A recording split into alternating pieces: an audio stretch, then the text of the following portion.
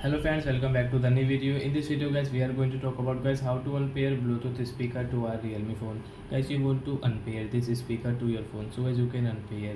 And guys, now let's see how to unpair it. So first of all guys, click on your phone setting guys.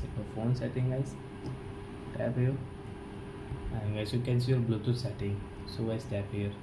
So as you can see guys, we have paired this Bluetooth speaker, and guys we want to unpair it. So guys, how to unpair?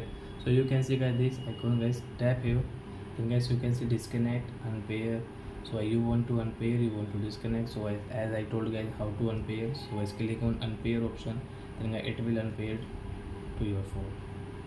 So I hope friends you understood how to unpair Bluetooth speaker to our Realme phone. So that's it guys, thanks for watching. Now guys, we will meet on guys next video guys with new topic. Before going guys, please go and like my video, subscribe my channel. Bye bye friends.